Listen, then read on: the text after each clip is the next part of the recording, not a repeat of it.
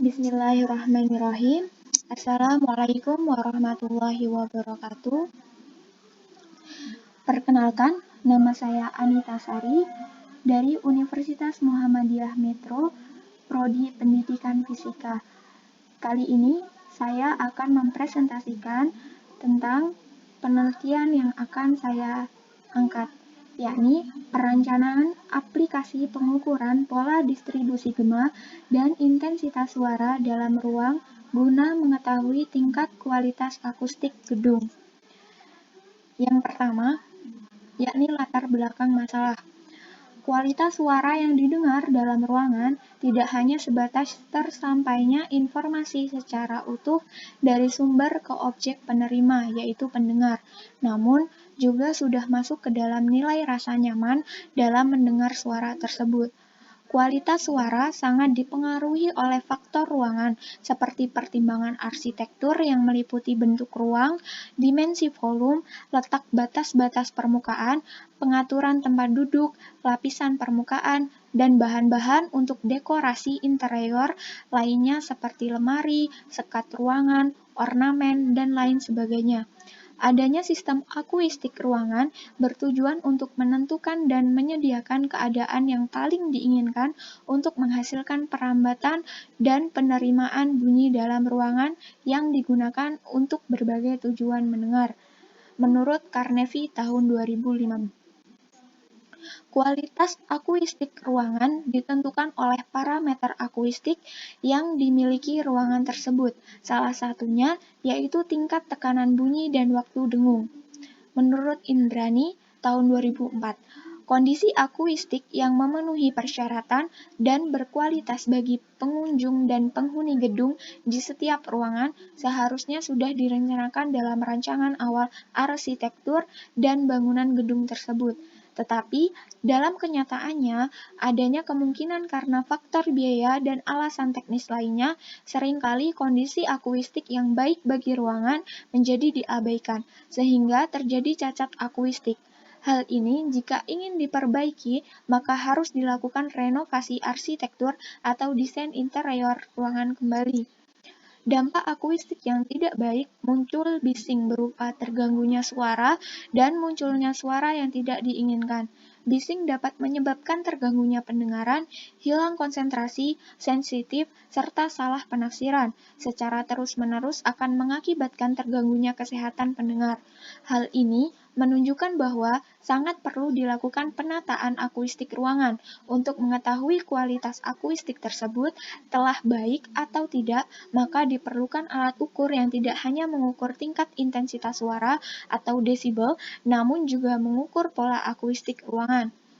Pengukuran pola akuistik dalam suatu wilayah telah dilakukan oleh Virnasari yang mengukur pola intensitas suara di Bandar Lampung. Selanjutnya Bari tahun 2015 yang mengukur pola intensitas suara di Masjid Al-Wasi dan Gumelar tahun 2018 yang mengukur selain pola intensitas suara namun juga pola gema suara dalam ruangan masjid tersebut.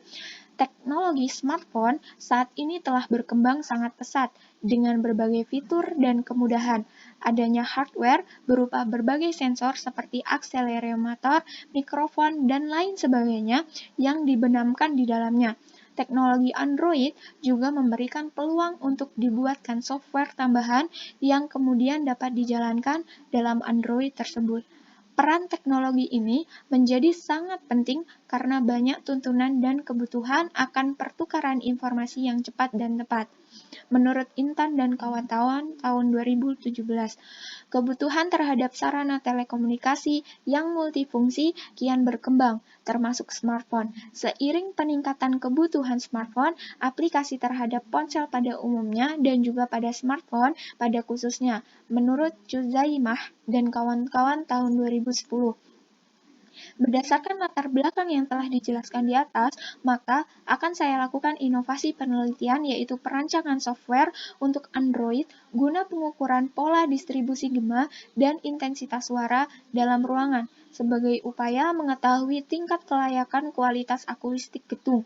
Dengan adanya inovasi ini, diharapkan dapat membantu arsitek atau perancang desain interior untuk bahan pertimbangan atau sebagai standar acuan untuk mendesain gedung agar mempunyai kualitas akustik ruangan yang baik. Yang B, yaitu rumusan masalah. Dari latar belakang permasalahan yang telah dipaparkan di atas, dapat disusun rumusan masalah, yaitu sebagai berikut. Yang pertama, bagaimana merancang aplikasi Android untuk pengukuran dan pola kualitas akustik berdasarkan pola distribusi gema dan intensitas suara.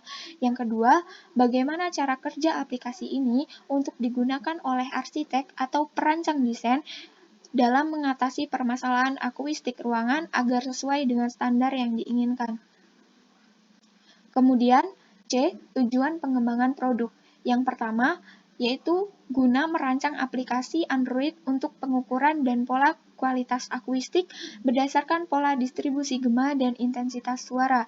Yang kedua, untuk mengetahui cara kerja aplikasi ini untuk digunakan oleh arsitek atau perancang desain interior ruangan dalam mengatasi permasalahan akustik ruangan agar sesuai dengan standar yang diinginkan. D. Kegunaan pengembangan produk. Manfaat dari kegiatan ini adalah yang pertama, membantu arsitek dalam mendesain ruangan gedung yang sesuai dengan standar akustik ruangan. Yang kedua, sebagai inovasi teknologi di bidang instrumentasi untuk mengukur standarisasi akustik ruangan dalam mengatasi masalah kebisingan di ruang gedung. E. Spesifikasi pengembangan produk. Terciptanya aplikasi berbasis Android yang efektif dan efisien yang dapat membantu arsitek dalam mendesain rumah interior gedung dengan mempertimbangkan pola standarisasi ruangan. Yang pertama yakni pengukuran suara, yang kedua yakni analisa sinyal suara, dan yang ketiga desain program Android untuk pengukuran pola akustik suara. F. Urgensi pengembangan produk. Pengembangan produk ini dilakukan guna memudahkan arsitek dalam mengetes kualitas akustik gedung dengan data hasil yang dihasilkan berupa gambar, akurasi suara yang dapat terlihat jelas yang bisa menandakan apakah dalam ruangan tersebut sudah memiliki kualitas akustik gedung yang baik. Maknanya, arsitek tak hanya akan melihat angka saja, ia bisa langsung melihat bagian-bagian dalam ruangan yang memiliki tingkat kualitas akustik gedung yang buruk. G. Keterbatasan pengembangan. Yang pertama, sistem yang dibuat merupakan sistem perekam suara, memanfaatkan soundcard internal pada Android. Yang kedua, pengukuran dilakukan hanya pada kualitas akustik ruangan, berdasarkan tingkat pola distribusi gema dan intensitas suara. Yang ketiga, pengukuran parameter kualitas suara ini tidak melibatkan karakteristik loudspeaker. Yang keempat, pengukuran dilakukan pada Masjid Ulul Albab Universitas Muhammadiyah Metro. Kemudian masuk ke bab kedua tentang kajian pustaka. Yang pertama, gelombang bunyi. Gelombang bunyi atau suara merupakan gelombang longitudinal yang dapat merambat di dalam benda padat, benda cair, dan gas.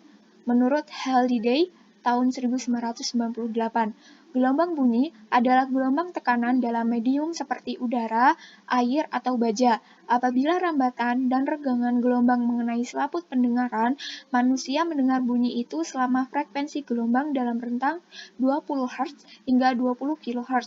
Gelombang yang berfrekuensi di atas 20 kHz dikenal sebagai gelombang ultrasonik, sedangkan yang mempunyai frekuensi di bawah 20 Hz disebut gelombang infrasonik. Menurut Buche, tahun 1989, gelombang suara terjadi karena perambatan energi membuat partikel udara merapat dan meregang secara bergantian. Menurut Isaac, tahun 2007, kecepatan bunyi di udara bergantung jenis medium dan suhu medium. Gelombang bunyi akan merambat ke segala arah di dalam medium atau media. Jika seseorang berteriak, gelombang bunyi yang dihasilkan akan merambat ke segala arah di medium udara, sehingga semua orang yang ada di sekitarnya mendengar bunyi yang dirambatkan tersebut. Partikel-partikel penyusun udara bergerak, berosilasi untuk merambatkan gelombang bunyi. Yang kedua, bunyi. Bunyi atau sound adalah gelombang getaran mekanis dalam udara atau benda padat yang masih bisa didengar oleh telinga normal, dengan rentang frekuensi antara 20–20.000 Hz atau dapat juga didefinisikan sebagai gelombang mekanik longitudinal yang berfrekuensi 20–20.000 Hz yang menjalar melalui medium padat, cair, gas yang dapat ditangkap oleh indera dengar manusia. Jangkauan frekuensi ini sebagai jangkauan pendengaran atau audible range. Menurut Halliday dan Resnick tahun 1996, bunyi terjadi karena adanya benda yang bergetar yang menimbulkan gesekan dengan zat di sekitarnya. Semua bunyi yang terjadi di sekitar kita selalu berasal dari objek yang bergetar. Misalnya bunyi mangkok, bunyi kendaraan bermotor, bahkan suara manusia sendiri. Sedangkan contoh dari udara yang bergetar terjadi pada trompet yang ditiup.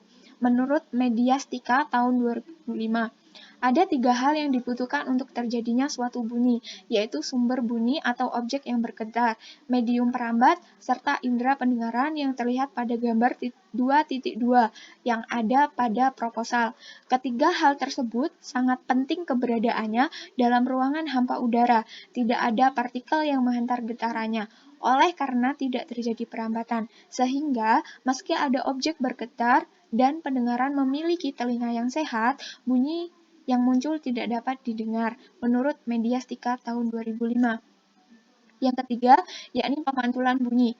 Ketika gelombang bunyi mengenai suatu permukaan, sebagian energinya akan dipantulkan, sebagian ditransmisikan, sebagian ada yang diserap, seperti pada gambar 2.3 yang terdapat pada proposal.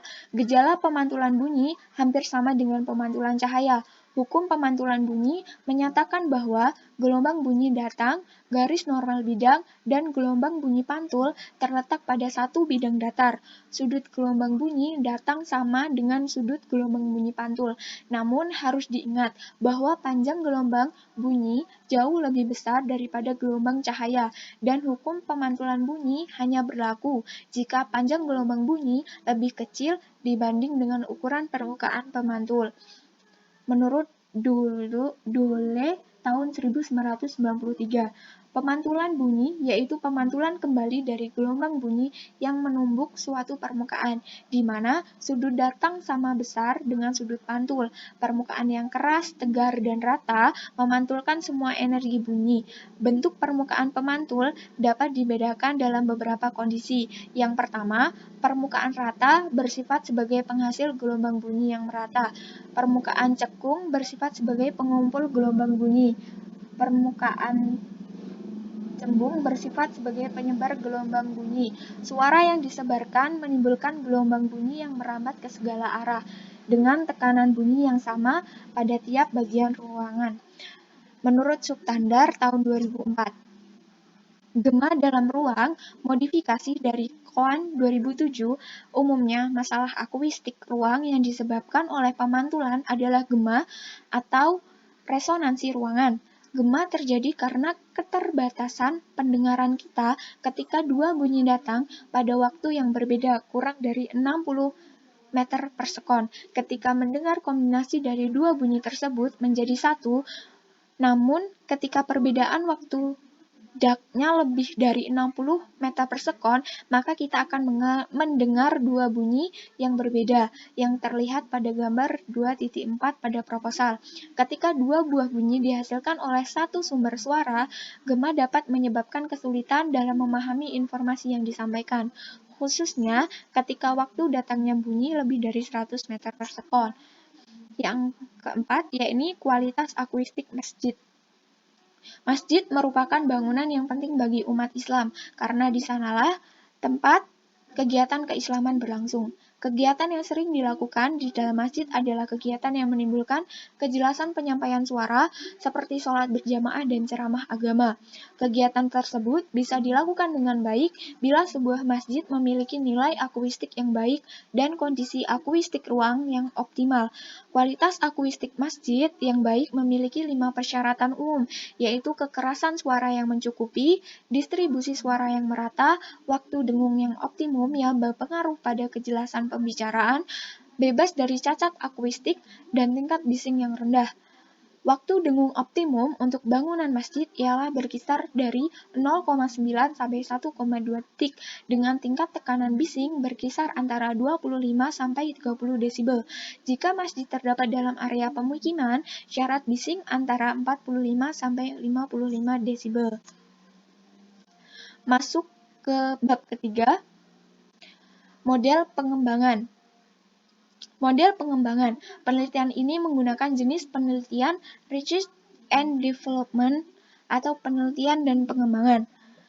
Dapat diartikan sebagai suatu proses atau langkah-langkah untuk mengembangkan suatu produk atau menyempurnakan produk yang sudah ada yang dapat dipertanggungjawabkan. Produk tersebut tidak harus benda atau perangkat keras, namun bisa jadi juga perangkat lunak atau software seperti program dalam komputer. Peneliti dalam hal ini menggunakan model pengembangan teoritik. Penelitian dan pengembangan model ini sebagai suatu proses untuk mengembangkan dan memvalidasi produk-produk yang akan digunakan dengan mengkaji penelitian-penelitian sebelumnya.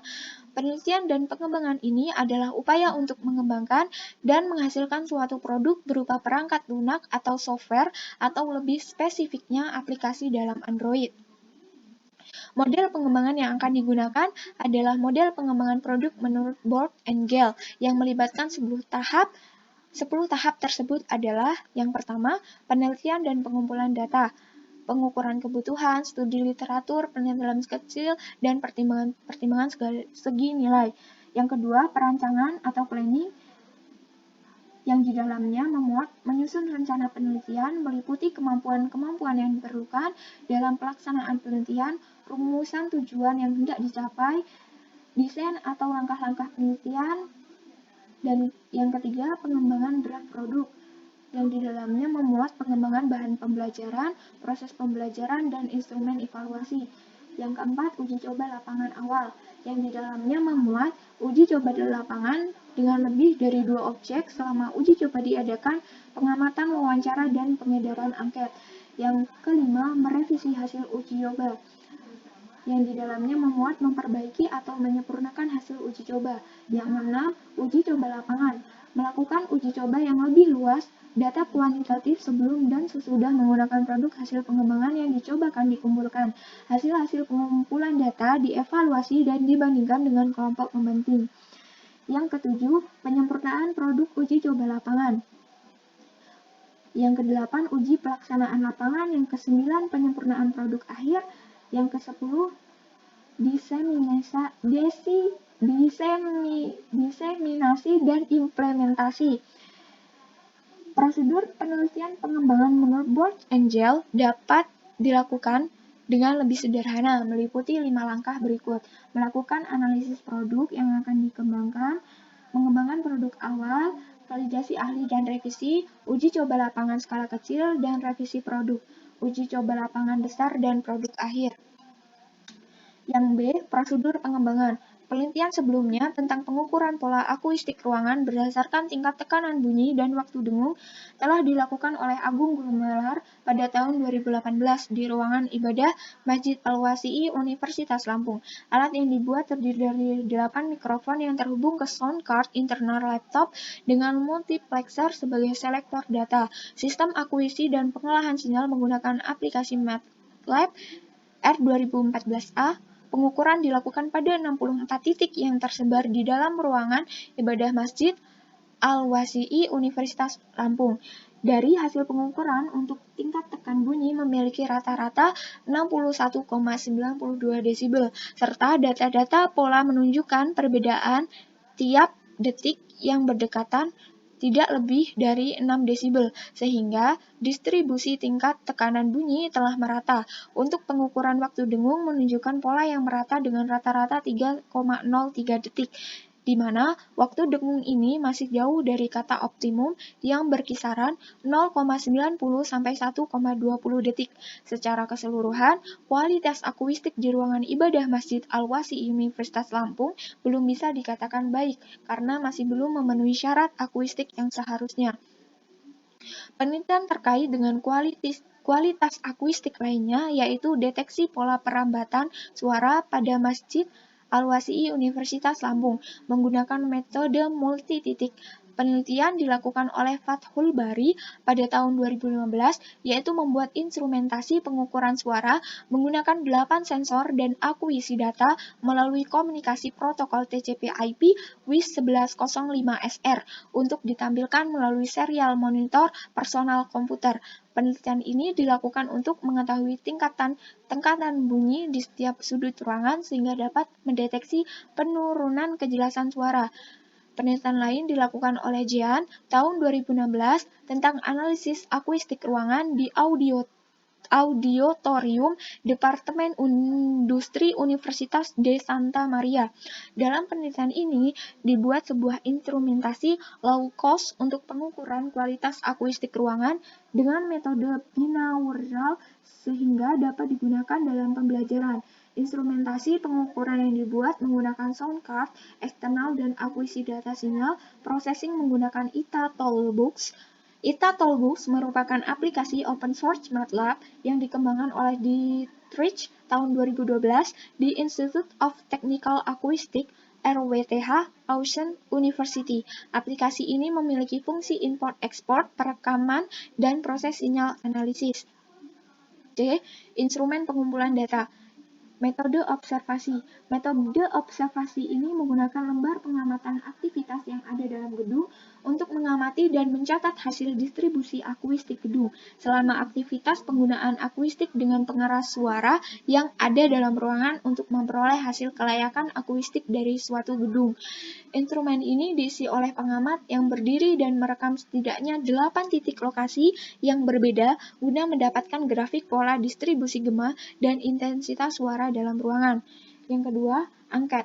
Angket atau kuesioner juga dapat digunakan sebagai alat bantu di dalam rangka penilaian hasil akustik gedung. Pada penelitian ini menggunakan 2 jenis angket, yaitu tertutup dan terbuka. Jenis angket ini tertutup mempunyai bentuk-bentuk pertanyaan, jawaban pilihan ya atau tidak, pilihan ganda, skala penelitian, dan daftar cek. Sedangkan jenis angket terbuka mempunyai bentuk pertanyaan, jawaban singkat atau uraian singkat. Dalam penelitian ini, jenis angket yang digunakan berupa jenis angket tertutup, yaitu berupa skala penilaian yang berupa skala Likert digunakan untuk memperoleh tanggapan pengguna gedung terhadap kualitas akustik suara dalam ruangan. D. Teknik analisis data. Teknik analisis data merupakan cara untuk mengetahui hasil penelitian yang dilakukan. Analisis data mencakup seluruh kegiatan mengklarifikasi, menganalisa, memakai, dan menarik kesimpulan dari semua data yang terkumpul dalam tindakan. Setelah data terkumpul, maka data tersebut akan diolah. Teknik analisa data yang dilakukan pada penelitian ini adalah teknik analisa kuantitatif yang bersifat penilaian menggunakan angka. Presentasi dimaksudkan untuk mengetahui status sesuatu yang dipresentasikan dan disajikan tetap berupa presentase. Rumus perhitungan kelayakan menurut Sugiono tahun 2013 halaman 559 adalah sebagai berikut. Rumus SH per SK dengan keterangan SH adalah skor hitung dan SK adalah skor kriteria. Hasil perhitungan data selanjutnya dibuat dalam bentuk persentase dengan dikalikan 100%. Setelah diperoleh persentase dengan rumus tersebut, selanjutnya kelayakan dalam penelitian pengembangan ini digolongkan dalam 4 kategori kelayakan dengan menggunakan skala sebagai berikut. Tabel pertama yaitu kategori persentase kelayakan menurut Ari Kunto tahun 1993 halaman 210. Skor dalam persentasenya, jika lebih dari 40%, maka kategori kelayakannya tidak baik atau tidak layak. 40% sampai 55% kurang baik atau kurang layak, 56% sampai 75% cukup baik atau cukup layak, dan 76% hingga 100% baik atau layak. Angket yang digunakan dalam penelitian ini adalah angket penilaian atau tanggapan dengan bentuk jawaban dan keterangan penilaian, yaitu sangat tidak setuju, sangat tidak layak, tidak sesuai, tidak layak, atau sesuai layak, sangat sesuai, atau sangat layak. Demikian presentasi yang dapat saya sampaikan. Terima kasih atas perhatiannya. Jika ada saran dan pertanyaan, silahkan diajukan. Saya akhiri. Wassalamualaikum warahmatullahi wabarakatuh.